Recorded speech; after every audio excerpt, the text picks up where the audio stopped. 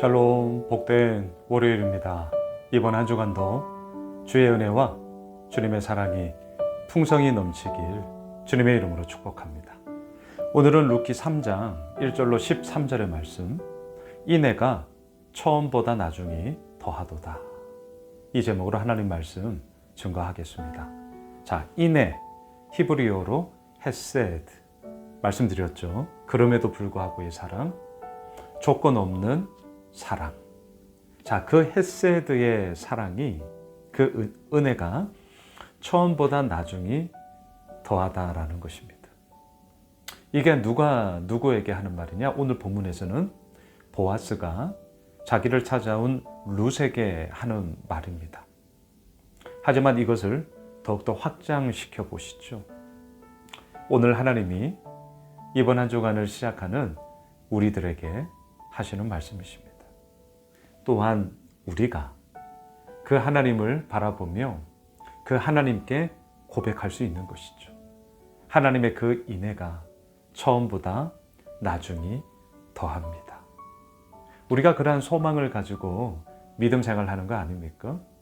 또한 우리가 그래서 어제 우리 신년 감사 예배로 새해 첫 주일 예배를 함께 모여 드리며 또한 주의 만찬 기억나세요?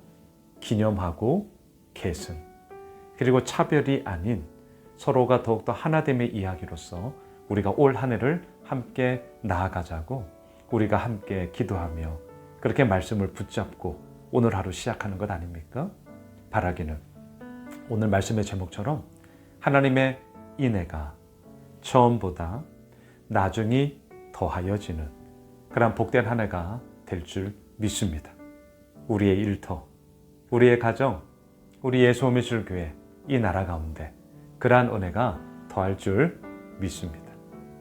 자, 오늘 본문에서는 시어머니 나오미가 보아스의 도움으로 인하여 아주 먹을 것을 넉넉히 얻고 돌아온 룻을 향해 이렇게 얘기를 합니다. 자, 여러분 3절을 한번 보세요. 3절.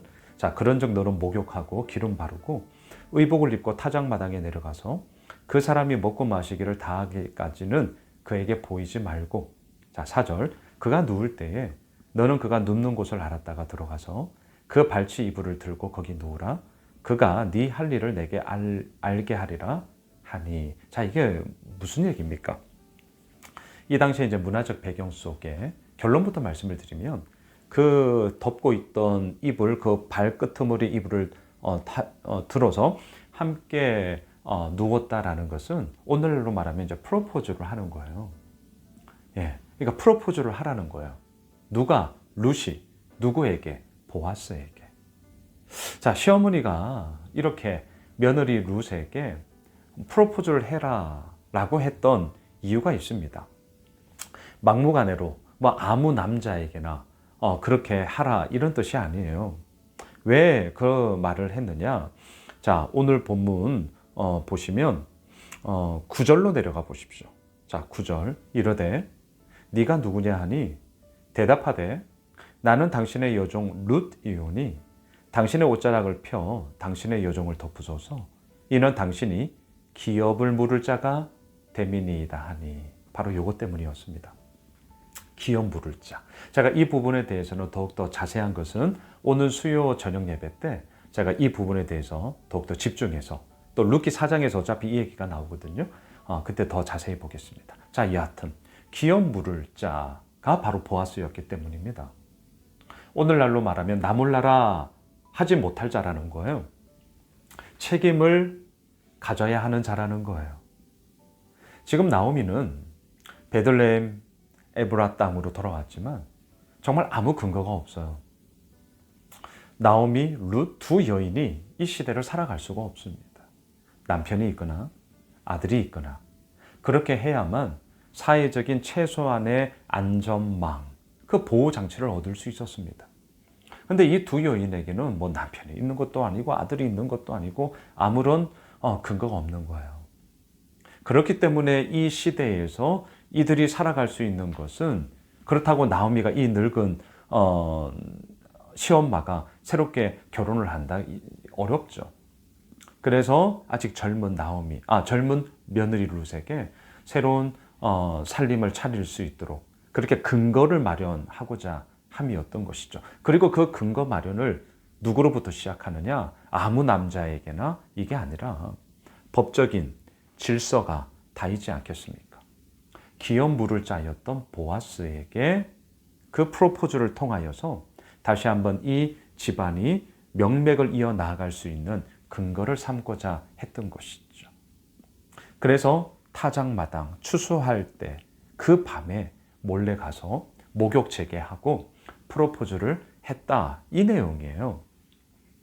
당시 타작마당은요, 성문 근처 아주 드넓은 곳에서 말 그대로 타작을 하던 곳이었습니다. 이곳은 낮에는 타작을 하며 소출을 거두는 곳이었지만 사실 밤에는 자매님들에게 있어서는 상당히 위험한 곳이기도 했습니다. 왜냐하면 하루 종일 일했던 남자들이 저녁에는 부어라 마셔라 하면서 하루에 뭐 피로도 풀고 또 뭐 술이 취하면 이제 사람 어떻게 될지 모르잖아요. 예, 그렇게 막 그냥 부어라 마셔라 하던 곳이 타작마당이었거든요. 그래서 밤에는 이 타작마당에 자매님들이 가기를 꺼려했습니다. 위험에 처할 수도 있었기 때문이에요. 그런데 그 위험한 곳에 시어머니 나오미는 룻을 보내는 거죠. 너 위험에 한번 빠져봐라, 이게 아니에요. 뭘 의미하는 걸까요? 그만큼 내가 지금 보아스 당신에게 프로포즈하는 것은 아주 긴박하고 너무나 엄중하고 이러한 위험을 무릅쓰고서라도 해야 하는 너무나 정말 중요한 일이다라는 메시지를 지금 담고 있는 것이죠. 자, 그렇게 프로포즈를 했어요. 보아스 입장에서 생각해 보세요. 너무나 뜬금없잖아요. 그리고 전혀 생각지 못했던 일이거든요. 그래서 이렇게 얘기를 합니다. 오늘 본문 10절을 보세요. 그가 이르되 내 딸아 여호와께서 내게 복 주시기를 원하노라. 네가 가난하건 부하건 젊은 자를 따르지 아니하였으니 네가 베푼 인애가 처음보다 나중이 더하도다. 예. 자, 예나 지금이나 앞으로도 마찬가지일 거예요. 나이 많은 분보다는 젊은 분이 좋죠. 이거는 뭐 남자만의 얘기도 아니고 여자만의 이야기도 아닙니다. 지금 보아스가 그렇게 얘기해요. 나이 차이가 얼마나 났는지는 모르겠습니다만 분명히 나이 차이가 많았습니다. 몇 살까지인지는 모르겠어요. 하지만 분명히 많았어요. 왜? 이 보아스는 시아버지 엘리멜렉의 친족이었기 때문이죠. 그러니까 상당한 나이 차이는 있었어요. 그래서 얘기하는 겁니다. 루사, 네가 프로포즈를 나한테 한다는 거 참 놀랍다.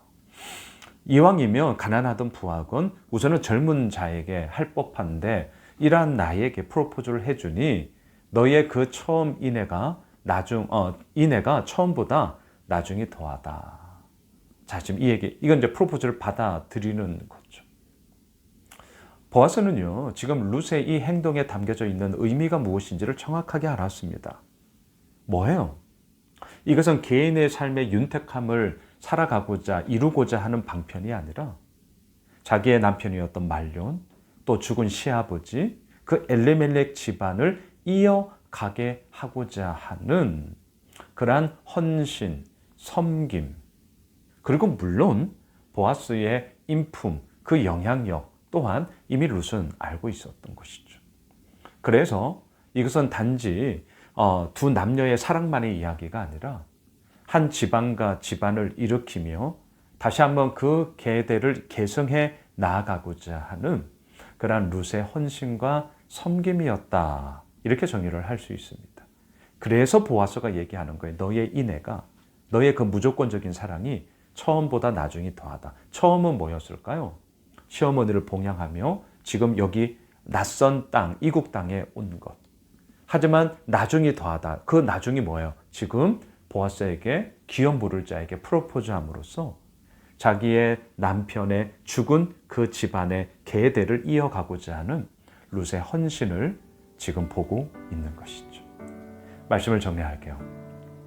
오늘 보아스가 룻에게 너의 인애가 처음보다 나중에 더하다. 분명 이 얘기예요.